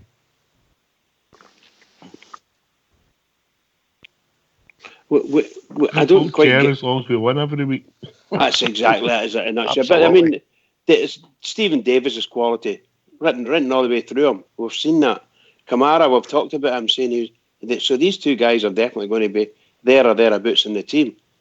You know, there may be others. That's what you're talking about. Like Ross McCrory we spoke about. Is he going to release him? Is he the guy? These are guys you're speaking about. They're going to have to go and make way for the new players coming in. Is that what you're speaking about, Blue Star? I think guys like Docherty, McCrory, he's looking at them. They're still young. He knows the pressure's on him next season straight away. We've got to do the ground running. So he's looking at bringing in players that he thinks are already established, meaning probably English guys that he knows that if he puts them in that team, they're not going to fail under a shirt, etc. He's talking about bringing players straight into the team. He's already said it. That's what he said. He wasn't talking about squad players. He says, I'm looking for quality that comes right into our team. Well, yeah, if you're going to bring in quality, it's a great expectation, is it? Or anyone who has better quality than what we've got now, going to walk straight in. Exactly. Exactly. And that's what I'm he's getting aiming excited for. listening to this. It's really good. Really good. Did any of you listen to Mark Allen? I'm with Ox. I don't care who it is. I don't care who it is, as long as we win. You could play Broxy Bear for all I care, as long as we win. Correct. 4 days ago. Because a bit of problems up front. Broxy's quite tall. When you get in a big heat. Excuse me.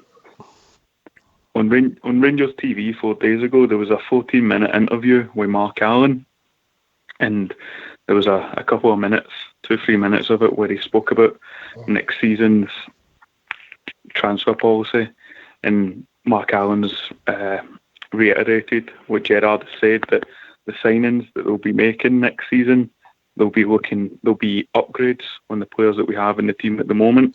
Yeah. And obviously the players that they'll be replacing will probably be relegated to the sub or maybe gone out. But the only thing that he said in terms of positions is that the area that we're gonna definitely need somebody in is the number 10 position. He says we need somebody who can bring us a bit of joy in that advanced position. Yeah. I listened to that as well, tapes, and that was the only position he really specified. And I think if the rumour's true, James Milner's coming in, I think it's to be left back. And he needs 2 players for every position. And Arfield is one number 10. I think he'll definitely bring another number 10 in, for me anyway. A quality centre back, and maybe a striker if Morelos goes. I think that's the only positions we'll strengthen in. Is he depending on him going? Is that depending if Morelos goes or if he stays? No, I think you'll still bring in a striker whether Morelos stays or no, mate. Okay, bud.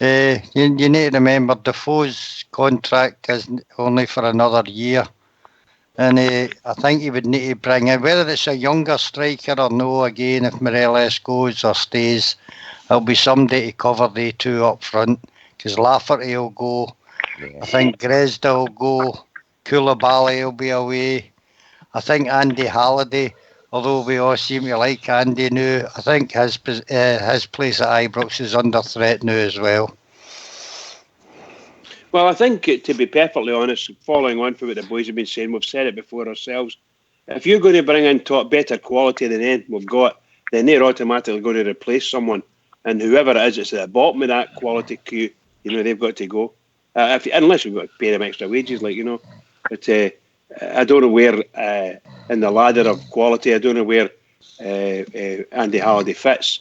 Is that Big Stevie away again?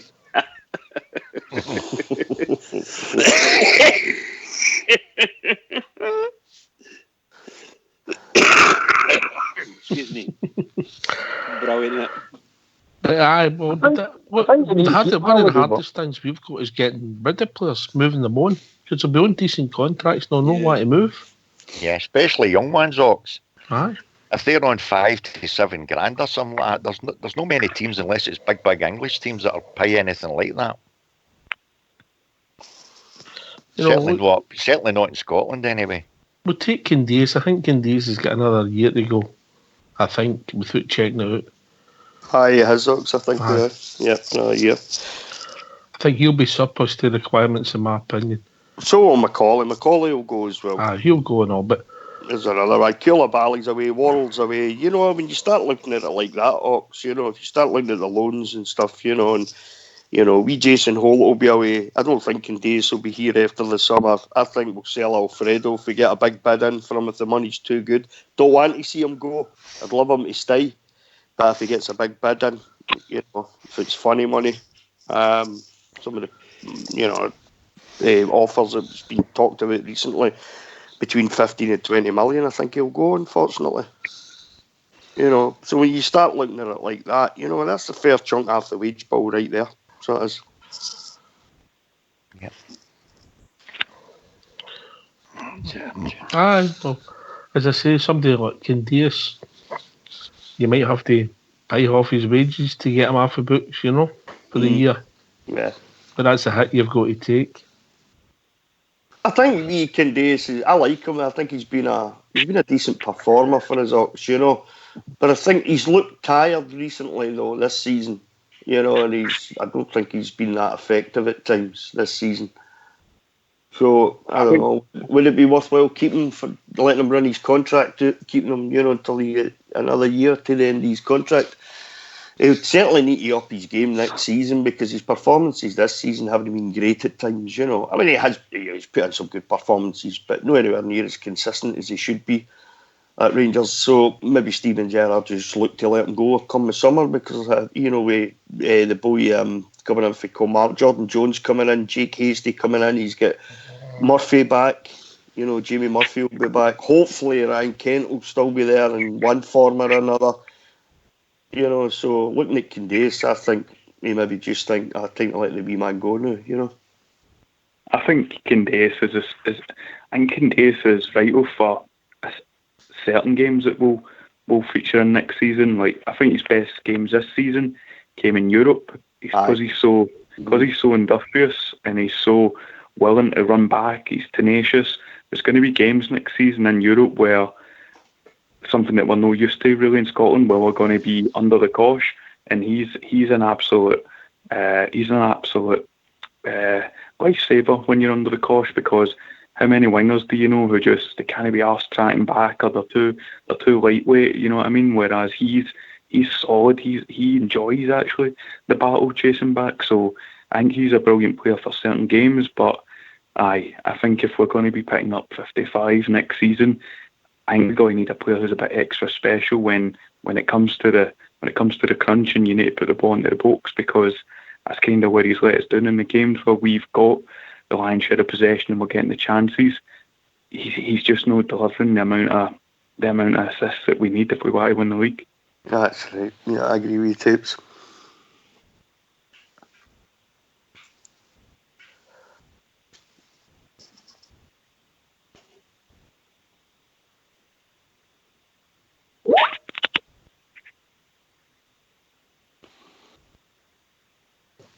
It's about getting the blend, getting the mix, getting it all together. It's a difficult time. We're in for an interesting summer, folks. Let's hope so. You know, but I think we could actually sign more than 4 players, Blue Star, but I think there'll be maybe 2 or 3 first teamers getting signed, and then they'll be trying to build up the quality of the squad as well. Definitely. I mean, if you look at the likes of Jones and Hastings, that they're no walking into our team. They're squad players for some Scottish games. As you say, I've tried to read maybe too much into his pressers, but for me, the telling thing for me a few weeks back was when what do you call him, Defoe came out and said if you're a Rangers fan, they should be very excited, because he was letting you know he's been told they were bringing in what he thought was top notchers. And for me, if he's bringing in quality, that's players he's putting into the first 11 without a shadow of a doubt. And as Fox says, we all know we need a right classy number 10, somebody that can open up defences. I'm not saying Arfield can't do that. What I'm saying is I don't think that's his natural position. So I think he's definitely looking at that area, but that comes under a midfielder. As Fox says, we know we definitely need another centre half. So, and more or less a striker, because Lafferty won't be there. So even if Morelos stays, they would still need another one for cover. So they three are definites. And as you say, he's brought in the likes of Jones and Hasty now. There'll be quite a few players leaving. So there'll be other Scottish guys probably that he'll bring in thinking that they can do a job. And if they're anything like what ear spotted in Kamara, then we're laughing, because as I say, that one was an eye-opener for me, because I never ever noticed that boy before. And for me, he's been a revelation in the games he's played. We'll wait and see, but next year's a new year altogether, will be better. Oh, aye, definitely, mate. I'm looking forward to it myself. Don't you think I would actually say to you all, be guarded, by the way, and be very careful. The tabloids raising your expectations with transfers with their garbage, their crap reporting. Because what they're trying to do is raise your expectations, and then when they sign somebody, it's not quite the person or not quite the quality we're after. So they're always trying to drive that wedge between the Rangers supporter and the director. So just be guarded on what we're expecting here. We're not getting messy around with that. You can't always get what you want. Everything could be fine, honky-dory, and somebody's wife says, no, I don't want to move, and that's it. But you know what I'm saying, that Scottish press, no? I mean, they'll build it up that much that we think, we'll not get that, but you're half thinking in the back of your mind, we might get him. And then we actually get somebody like Milner, I'm not saying he's a bad player, something like that, and then you go, wait a minute, we were expecting Hazard. You know what I mean? So, just be guarded with these papers. No, I mean, I just don't trust that mob at all. I get your point, Albert, because they'll anything to sell papers with them. They put any old garbage in there, in the hope that we'll buy it. Not that I would touch it with a barge pole, the record in the sun. Just on that point, one of the boys was writing in follow that Claxon Jackson came out with a story again about the Rangers making a statement regarding Flanagan and what's happened against Simonovic not getting the same. And he's saying that Rangers are in danger of making a fool of themselves once again. And I'm thinking, why does that paper even want to write about Rangers? Because they don't say anything at all that's anywhere near sensible nor positive about Rangers.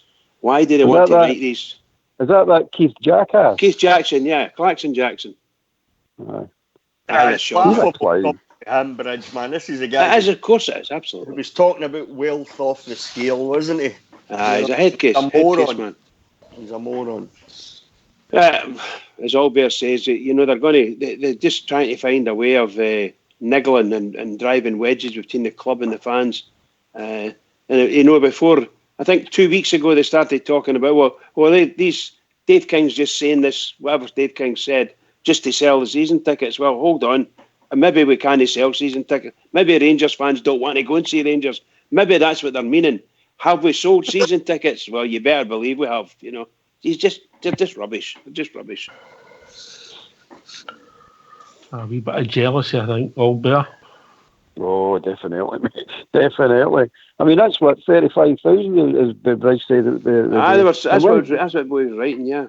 And when's the date for closure for the renewals? I think Monday's the date for the renewals to kick in.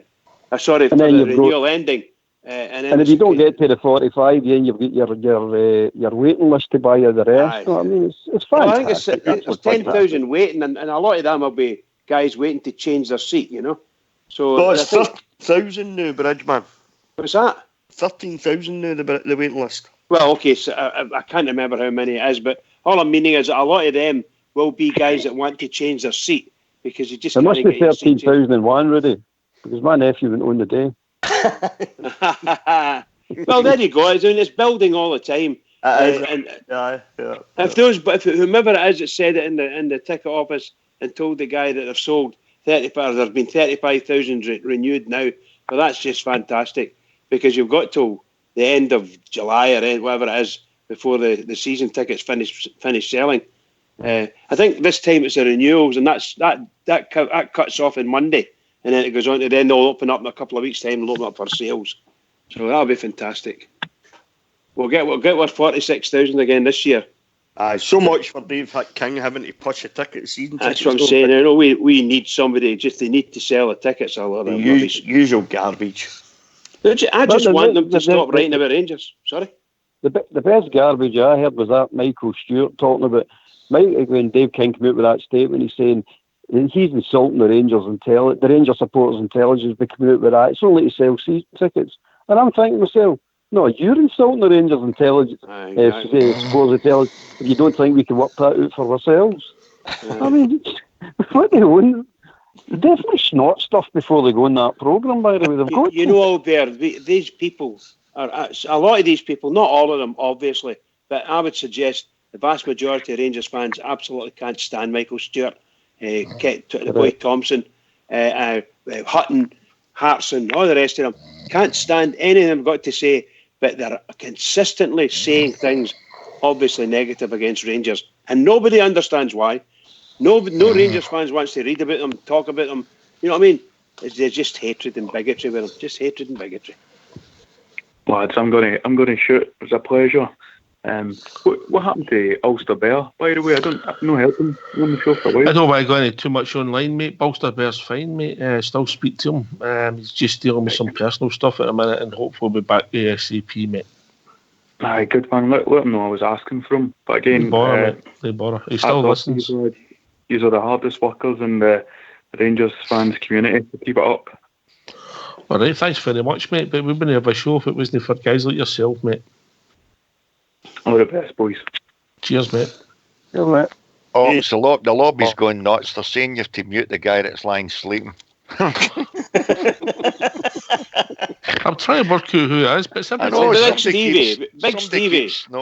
It's every time Bridge is speaking. I've worked that out, right? No, I think it's Big Stevie. Fell asleep last night again. There must be somebody that works awfully hard, so that takes it. Well, that lets me out. And me, Albert. Anyway, believe it or not, we've reached that time of the night. Where's that 2 hours went, Bridge? God. She was just flown in. You slept through it. Only when Bridge. God, Only when Bridge was. Only when Bridge was. Don't start me laughing again. Oh my God. Oh, poor Stardunk's away. He's batting up my rank 3. That was brilliant. Right, over to you, Bridge. Oh, what can you say? What a fantastic night and great laugh for Stardunk. Well done, pal.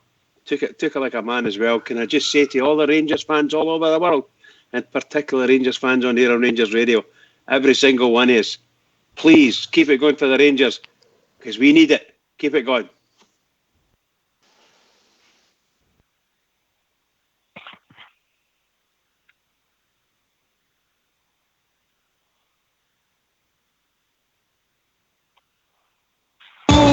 Today, forever and for always, we are Rangers through and through.